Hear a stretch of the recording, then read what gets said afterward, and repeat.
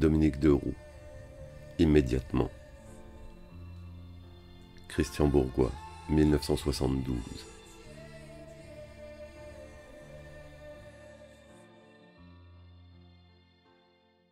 « 4. Lerne, ce fut la réalisation progressive de l'idée que je me suis toujours faite de la littérature. À cette idée vinrent se joindre Londex, 1958, Ricardou, Thibaudeau et mon frère Xavier, qui sut appeler tout cela Lerne. Se donner un titre, c'est se donner à ce titre. D'un seul coup, inconsciemment, il substitua à toutes nos banalités de titres un H qu'il inséra dans la mythologie de Lerne. J'ai pu faire imprimer le papier à lettres. Ainsi le titre devint Revue, puis Lerne. 5 numéros furent tirés à 300 exemplaires, renéotypés chez Madame Leboeuf. Un seul abonné, Pierre Segers, et un seul dépôt chez un marchand de parapluies à Cannes, oncle, je crois, de Ricardou. Le 6e numéro, que nous devions imprimer chez M. Macresse, ne vit pas le jour, notre libraire ayant empoché l'argent sans même nous remettre des épreuves. De cette faillite, les cahiers. Entre-temps, Ricardou et Thibaudeau cessèrent leur collaboration pour prendre un fauteuil à tel quel qui commençait déjà à aligner ses dogmes. Notre marche de tortue commençait. Gégoudez nous permit de grouper des textes autour de René Guicadou. Les boucles d'oreilles de ma tante de l'Estapis payèrent l'imprimerie. Tortue, nous renardions aussi. Après Bernanos, Céline. Après Céline, Borges. Je passe sur nos difficultés. Chaque livraison est l'occasion de brouilles et de nouveaux amis. Comme je ne veux pas céder Lerne à Claude Gallimard, à cause d'ailleurs de Jean Edernalier qu'il refusait d'associer à cette fusion, il nous chasse du minable bureau qu'il nous avait prêté rue de Tournon. Nous en étions là, quand le coude d'un jeune professeur français, Michel Beaujour, faisant tomber le Céline I sur le parquet de la bibliothèque de Yale et découvrant Lerne, nous permit de reposer sur un plus grand équilibre. Notre idée de cahier se fondit et se mêla au feu d'une même pensée, d'où sortir, mieux approfondie, le Céline II, les 2 pounds et l'idée qu'il allait donner le jour à la maison d'édition. Je ne m'étendrai pas sur le caractère prophétique du mot Lerne, l'hydre se baladant successivement de la table ronde à 10-18 et finissant, avant d'avoir elle-même pignon sur rue, par créer les éditions Christian Bourgois, ou permettre le lancement de la collection slave de l'âge d'homme avec le Biéli, dans la formidable traduction de Cato et Niva. Je rappellerai seulement qu'autour de Lerne ont travaillé Michel Bernanos, Michel Bernard, Pierre Allienne, Jean Parvulesco, Jean Edernalier, Michel-Claude Jallard, Raymond Bellour, Pierre Bernard, Jacques Coudol, Pierre Guyotat, Michel Gresset, Ricardo Pazero, Piero Sanavio, Paul Vade, Jean-Louis Pélissard, que nous avons publié les premiers textes ou les premiers livres de Jean Rista, Fernando Gilles, Michel Robic, Jacques Hermann, André Glucksmann, Jean-Paul Dumont, Michel Beaujour, Claude Pellieu, J.D. Fabre, Patrice Cauveau, Pierre Guyotat, Pardiney. La marche de la tortue se poursuit, qui avance plus vite que le lièvre ne court. Il faut trahir De Gaulle. Quand quelqu'un se trahit lui-même, il libère automatiquement les autres de la fidélité qu'ils lui doivent. Imagine-t-on le Christ courant dans les broussailles au jardin des Oliviers, Hitler éleveur de caïmans au Brésil ou joueur de cangaceros. Khrouchtchev n'était qu'un chef de cuisine installé dans la maison seigneuriale. Un jour, il a eu soudain tout à sa disposition, et il s'est tout permis, mélangeant les sauces, les épices et même les réserves, ne gardant que sa capacité d'humour. Les inclinaisons fatales du pouvoir vers la littérature. Même César en avait peur, qui se laissait bafouer par le moindre poète militaire de sa cour.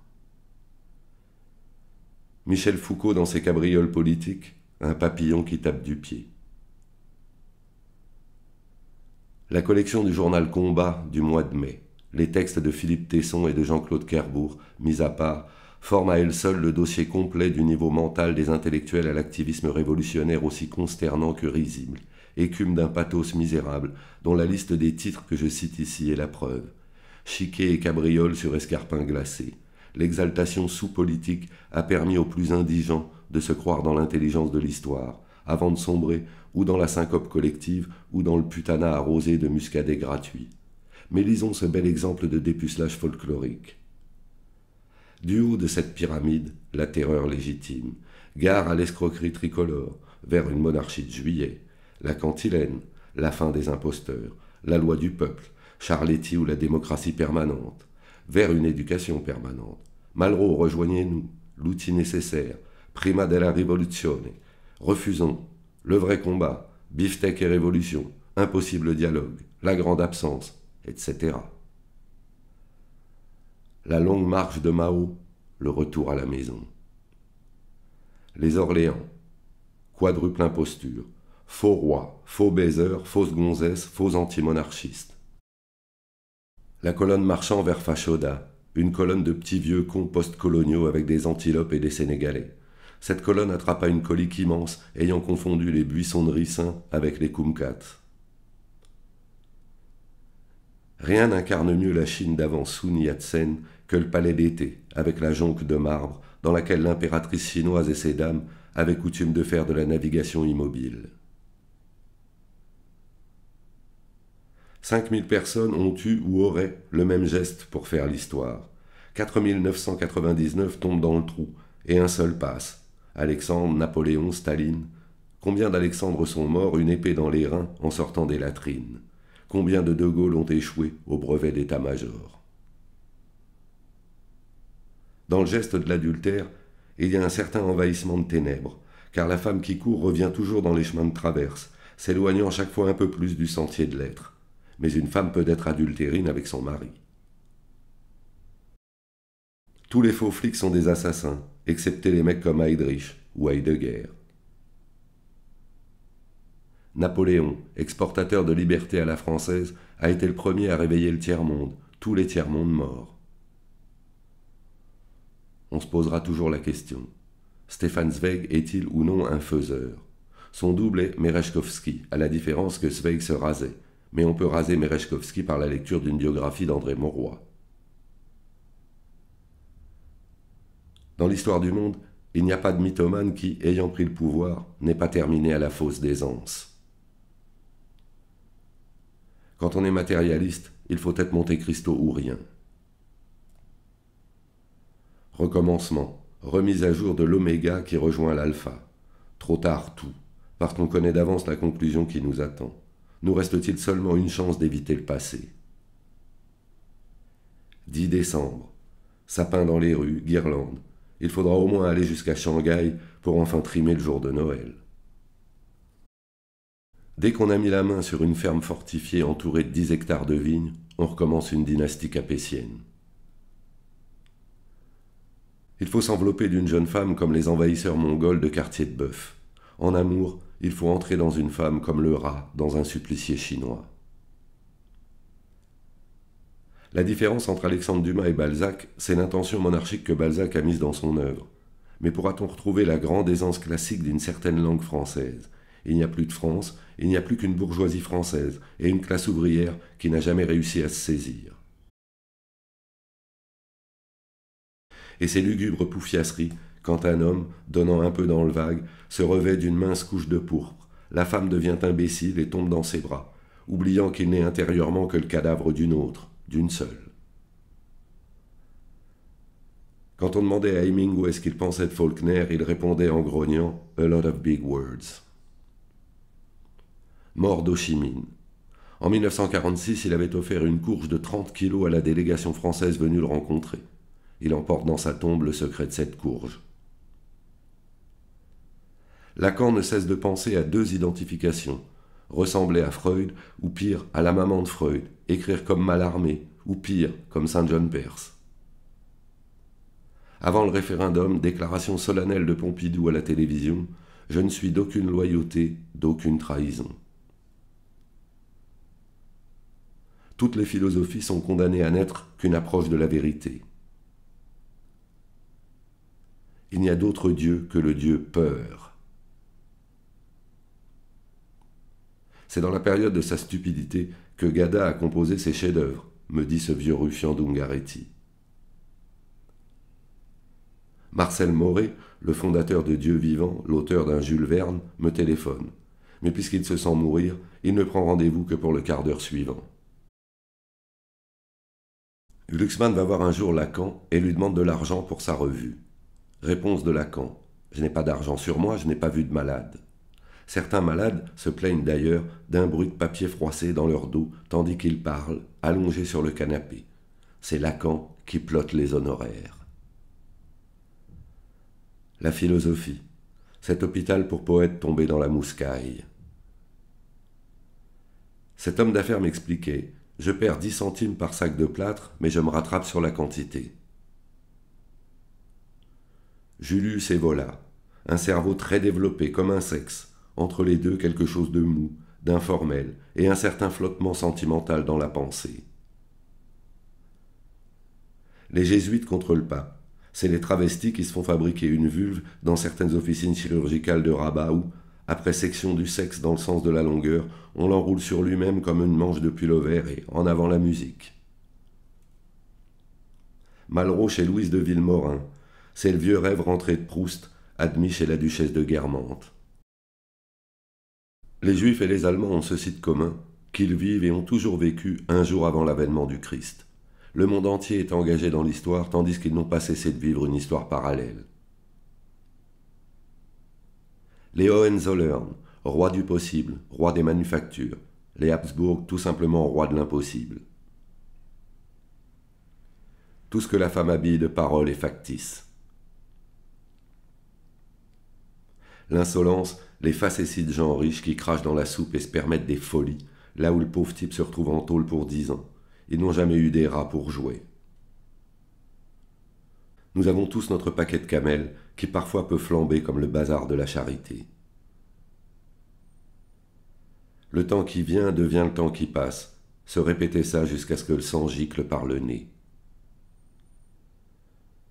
Si je devais prendre le pouvoir, ne serait-ce qu'une semaine, la première chose que je ferais, descendre moi-même au fusil mitrailleur dans les fosses de Vincennes une 60aine de PDG. Malraux n'a aucun génie, si ce n'est précisément le génie militaire de la France. Ce qu'il y a d'étonnant dans une vie, c'est de voir comment chacun la passe. Louis XIV, Napoléon, Bismarck, Lénine, et le pouvoir comme il est passé par chacun. Après 40 ans de triolet, Aragon est-il redevenu le paysan de Paris, tout phare tombé et le pupille de la nation disparue. Il raconte ses histoires du PC sur un ton rigolard. Il raconte même à Pierre-André Boutan ses histoires de Mayol. L'autre jour, traversant les Tuileries la nuit, j'ai voulu voir les filles de Mayol et surtout les regarder de près. Au moment où je mets le pied sur le gazon, une voix rogue me crie « Circulez !» C'est un agent. Je m'explique. Je voudrais « De rechef, circulez !» Homme civilisé, devant un flic, je circule. Mais au bout de quelques mètres, je me dis « Ce n'est pas possible !» et de revenir sur mes pas et de m'approcher du gardien. Vous faites votre ronde, moi j'ai la nuit. Et sitôt que vous serez parti, je passerai derrière cette statue et je l'enculerai. Facétie veuf. Dans la Pologne de Gomulka, un chien regarderait un évêque dans les yeux, mais pas un milicien. Les 7 tableaux de Cranach au musée de Budapest, 7 femmes toutes indifférentes, que ce soit Lucrèce enfonçant un poignard dans son ventre, Salomé portant la tête d'un homme roux, en l'occurrence la tête de Cranach, ou bien ces 4 femmes glacées qui encadrent la Sainte Vierge. Toutes ne peuvent être que la représentation d'une femme aimée en vain par Cranach. Mais je reviens à cette 3e toile de Cranach, Salomé portant sur un plateau la tête de son amant. Ce n'est pas tant la douleur comme souffrance physique qui est représentée, mais la douleur morale d'un homme qui aime une femme indifférente à son amour. Une femme peut vouloir se suicider à 16 ans ou à 18 ans, en pleine possession de sa jeunesse, de sa beauté, de ses luxes, donc d'un choix. Mais dans sa vieillesse, elle devient économe, elle veut durer. Elle sait que tenir le plus longtemps coûte cher. Si l'homme normal est toujours dépassé par l'événement, l'homme exceptionnel a le sens du moment, l'art de sauter sur sa proie au moment le plus juste. Depuis les troubadours, les intellectuels n'en finissent pas de traverser les hiérarchies. Vues dans l'espace, les femmes de 50 ans peuvent encore être belles. Mais sitôt qu'on touche à leur chair, elles s'effondrent comme de l'écume, car la trentaine passée, les femmes se dissolvent dans l'air en laissant leur ombre à la place de leur chair évanouie. Comme l'Ancien Testament des Juifs, le Nouveau Testament de Mao ne tend pas à convaincre, mais à espérer. Après le protestantisme, le catholicisme ne servira bientôt plus qu'à enterrer les gens. 5. Souvent, l'intelligence n'est qu'une saloperie à la surface de l'âme. Il n'y a pas pire rien que l'imaginaire des autres. Un jour, il faudra enfin arriver à se faire violence, à pousser le regard de l'autre côté, par simple volonté, comme cela se faisait par la prière, du temps que la prière était le coup de manivelle qui permettait à certains de se mettre en marche. Il y a 2 endroits où on ne peut pas changer de cellule, le Tibet et Ashpandao. On ne peut pas parler dans une vie et penser dans une autre vie. Le petit pouvoir vert des coupures de 20 $ est plus réconfortant que toute la benzédrine du monde. Si je mettais toutes ces folles ensemble au turbin, à ramer sur ma galère, jusqu'où irais-je? L'un des survivants des grands chasseurs de rennes quand les taxidermistes se sont emparés même de nos théologiens. Et alors? Cap de Nac, la gare de Cap de Nac, vers 1 h du matin. Cap de Nac, Cap de Nac. Le chef de gare passait le long des wagons en agitant sa lanterne bleue. On baissait la vitre. Cap de Nac, faisait au bout la voix à la lanterne. On remontait la vitre. Cap de Nac, Cap de Nac. On l'entendait encore en avant ou en arrière du convoi. Puis à nouveau, on s'enfonçait dans les distances, les vagues miroitements lumineux, les bleuâtres. Lu dans Admiration de Jacques Bergier, cette citation d'Arthur Machen, l'auteur du grand dieu Pan. Si Christophe Colomb avait été vraiment grand, il aurait, en découvrant l'Amérique, jeté son équipage à la mer. Puis il serait revenu tout seul en disant qu'il n'y a rien là-bas. Et il aurait terminé sa vie entouré d'une gloire secrète, et sachant seul qu'un autre continent et d'autres hommes, et plus loin d'autres étoiles, existent pour lui seul. Toutes ces maisons vides, partout. Éclectique comme les philosophes de bas-empire dans sa province, où les gens bien ne sont que de passage et les autres de remplacement, que mythologie, elle refaisait l'homme de fer de morceaux d'homme en morceaux d'homme. Folie des plus diverses, mais le putanat comme folie. Comme tant de jeunes femmes, elle arrive à 25 ans souillée, statistiquement entamée, mordue, mâchonnée par tant d'ineptes sans en être morte, mais sans être parvenue à elle-même. Tout n'est qu'avortement, ravagement intime. Ces femmes ne se souviennent jamais de rien, mais l'arrivée de la lettre d'un inconnu change encore pour elles la température du jour. Jean. Il se présente comme un bureaucrate russe, comme un chasseur de Tourgueniev. La chemise est là, la cravate est là. Prompt et réticent, il observe avec une certaine langueur, s'anime et se renferme aussitôt. Quand soudain, rituellement, il envoie un jet de sèche et tient le discours du purgatoire, le futur au passé. Il a raison dans l'absolu, mais pour son interlocuteur qui ne le mérite pas, ça n'a pas d'importance, et de toute manière pour lui, ça n'a plus d'importance. Existant innocent de son existence, il ne met pas dans le noir, il nous perce, nous concédant un souffle noir comme la sépia de la sèche. Au-dessus de l'amour fou plane toujours le mystère de la mort. Le renouveau. Le destin du général de Gaulle n'est pas littéraire. Le jeu, c'est comme les chiffres 1 ou 2. Dans une dizaine de pages, il y a le ton de la tristesse d'Olympio. Ne pas le lire comme un écrivain, car le souvenir, qui est sa forme d'expression, y prend trop souvent forme de colonnade, mais en tant que légende. Le renouveau, signé 3 étoiles, se vendrait d'ailleurs à 5000 exemplaires, comme les commentaires de César se liraient tout autrement si on nous prouvait soudain que César n'a jamais existé. Tout un public de crétins s'est précipité sur le renouveau, croyant y trouver les chroniques de l'œil de bœuf. Portrait de Frankenstein Junior, le mari. G.F. Grand, roux, les gestes roux. Non pas rouquin orange, mais rouquin auburn. Barbe rouge qu'il s'est laissé pousser comme un acteur. Rien du barbu.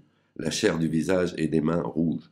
Pas un gramme de graisse. Des yeux verts graves comme des palombes sur un toit d'ardoise. Très bien vêtu d'un costume gris clair, cravate bleu ciel et chemise blanche. Chaussures cloutées rouges anglaises. À côté, j'étais imberbe. Bois du champagne. Fume des boîtes de cigares à 160 francs. Espèce de terre de labour où ne campe pas l'intellectuel ni le livre. Doit penser que la vie est une connerie. Il était fait pour la guerre est finie. Calme n'ayant plus d'écho, se suicide lentement dans l'alcool et le commerce. Le malheur d'être né en français. Mozart, c'est comme le coucou, une certaine construction de l'espace chez les autres, toujours chez les autres. On veut vivre, et la vie n'a pas à être vécue, elle est vécue. Fatalité dialectique des structures décidées d'avance. Sainte Thérèse d'Avila touchait à Dieu à travers la mythologie des mots. Il s'agit de déchiffrer. Elle a été de son vivant aspirée par l'espace et elle tombe encore. Ce que Vaughan écrivait pourrait la définir. I saw eternity the other night, like a great ring of pure and endless light. À Munich, 1920. Il neige. Un homme en loques lit et se chauffe en même temps sous un réverbère à gaz. Il neige une neige de l'Est, symbole de mort, non pas symbole de joie comme sur les pentes de montagne. Il neige comme un seul long récitatif de Monteverdi. Cet homme, Adolf Hitler. Les femmes passent chez Cervantes comme des spectres. Divinement, la pressouillon gombrowiczienne est là. Le monde comme langage, comme représentation phonétique, est une chaussée lisse avec par en dessous des cavernes glacées. Pas d'écrivain espagnol depuis le Siglo de Oro, mais Camilo José Cela est le seul qui écrive avec tout l'espagnol. Villon, Maupassant se sont dissous dans leur écriture. Il faut faire confiance aux nations pour reconnaître les écrivains. La révolution culturelle chinoise, ce n'est pas culture, c'est révolution administrative. L'administration de l'État s'identifie au délire central. De Gaulle et la révolution mondiale. Sur le plan de l'histoire mondiale, le gaullisme exige que le monde occidental se situe au-delà des conjonctures politiques. Pour De Gaulle, il n'y a pas de frontière entre les USA, l'URSS et l'Europe.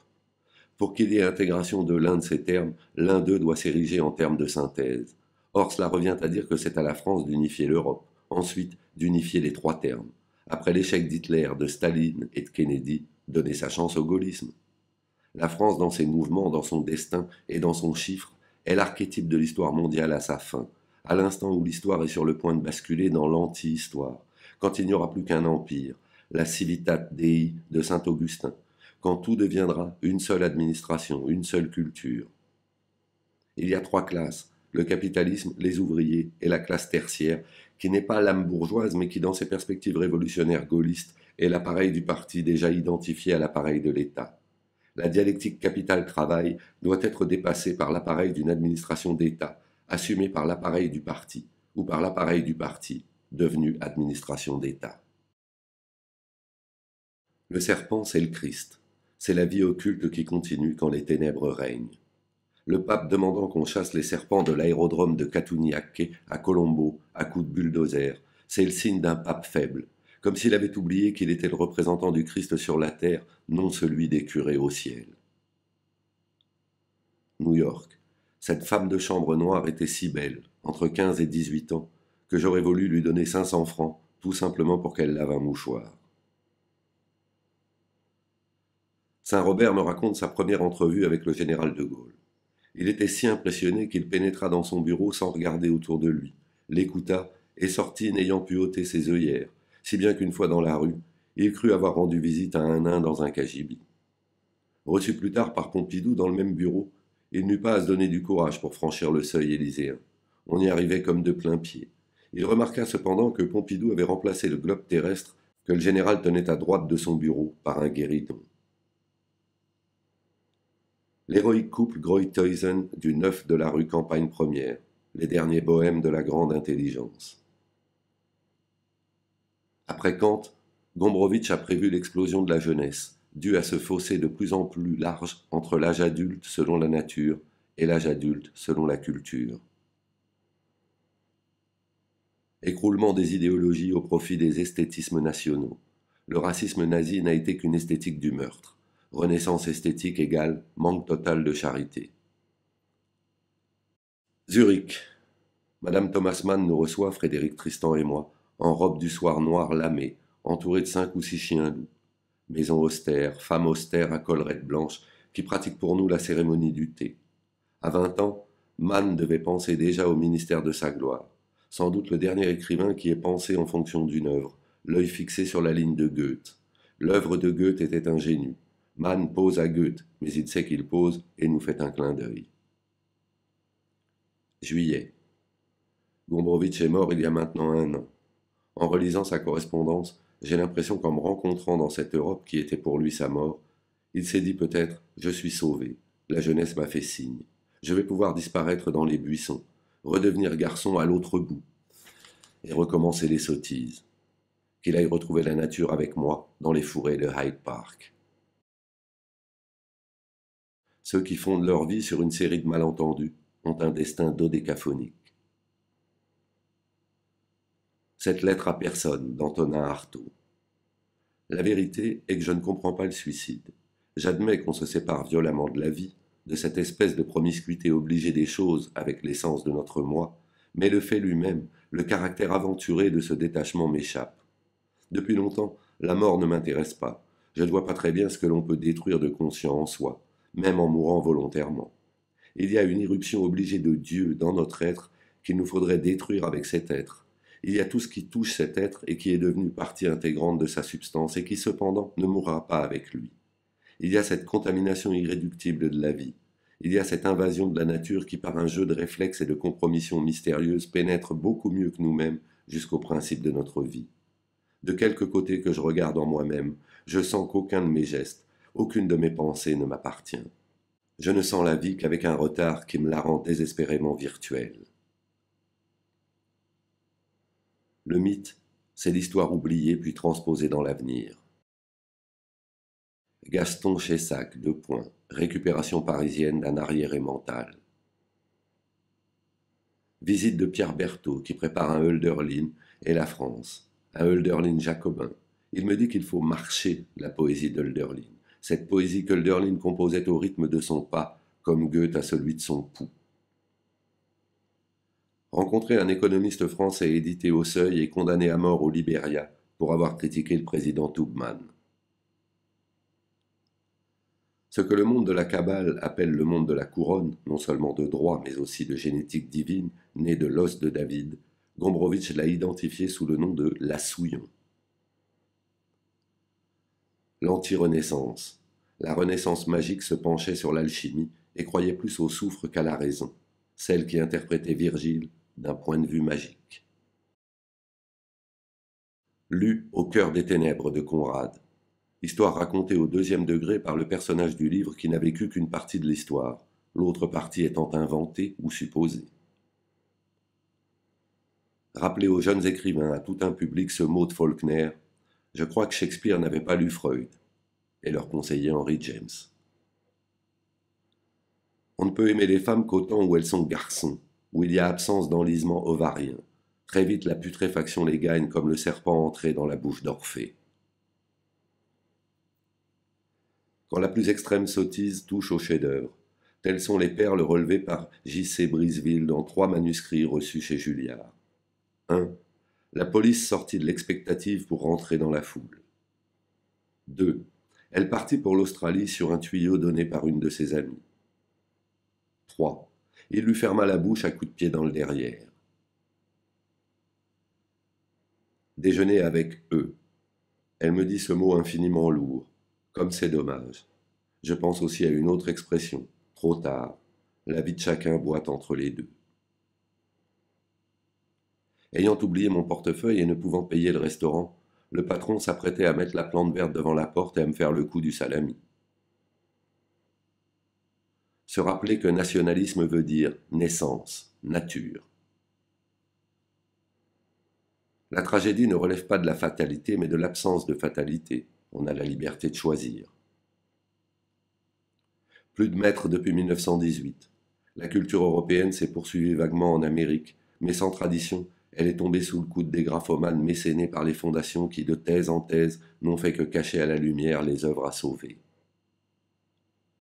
Wittgenstein, important avant tout historiquement. Son œuvre, tautologie sur tautologie, au point que d'abstraction en abstraction, il en arrive à ce qu'un verre d'eau soit un verre d'eau. Lecture du Livre à venir, Blanchot de la lignée de Joubert, lire ce que Joubert dit de Racine, auquel il rend hommage. Blanchot, cette quintessence du Parnasse qui se délecte uniquement du tissage des livres et en descend mollement les escaliers exactement comme collant à la littérature, il arrive à la rendre uniforme, délavée, déroulée. En littérature, des livres qu'on ne lit plus mais qui restent des œuvres grandes, même si ce sont des œuvres évanouies. Rapprocher les Xipéus de J.H. Rony du Salammbô de Flaubert. C'était 1000 ans avant le massement civilisateur d'où surgirent plus tard Ninive, Babylone, Ecbatane. Au Panthéon, dans ce vide de soufflot, une petite fille de Balthus laisse s'envoler un ballon rouge qui vient se poser à côté de moi. aussi silencieusement que la ficelle qui s'enroule à mesure sur les dalles. Chez Gombrowicz, la nostalgie d'un bonheur païen délivré de la conscience contrebalance l'utopie. Michel Debré écrit en marge de mon texte sur Louis Vallon, rappeler aux jeunes générations ce principe d'autorité nécessaire, qu'il n'y a pas infaillibilité temporaire du chef de l'État. Pour Noël, Solzhenitsyn fait demander à Christian Bourgois une rame de papier et des stylos à billes. Varsovie, novembre. Tous les pays de l'Est sont devenus le paradis des paranoïaques. La peur d'être surveillé par la police et la surveillance de celle-ci font que chacun, au restaurant, au café ou dans la rue, prend son voisin pour la sécurité. Alors qu'en Occident, on s'abrutit à l'écoute de la radio ou de la télévision, en Pologne, on s'abrutit de la même manière, mais pour d'autres raisons. Une radio ou une télévision qui fonctionne brouille l'écoute éventuelle. Chape de plomb à l'est, chape de détritus mentaux et chape de merde à l'ouest. Dans un siècle de médiocrité et de sécheresse ontologique, Gans représente dans son œuvre la perfection atteinte des grandes voies royales où, en d'autres temps, Hugo et l'immense Gustave Moreau avaient proposé la double tentative de la vie rêvée et du rêve vécu. L'homme métaphysique est par nature réactionnaire. Anniversaire de Gaston Gallimard, 90 ans. La réflexion tragique de Gaston à Louise de Villemorin, un jour qu'il était planté dans le hall de ses éditions. Et dire que toutes ces portes, tous ces noms sur les portes, tous ces gens derrière vont continuer à lire, juger, composer des manuscrits, à fabriquer de la littérature sous mon nom, et que je ne serai plus là.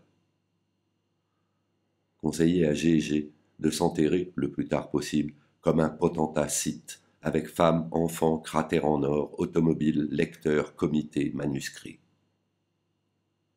Quelquefois, je me promène dans le sommeil de l'autre côté, mais c'est encore la terre et on doit y mourir.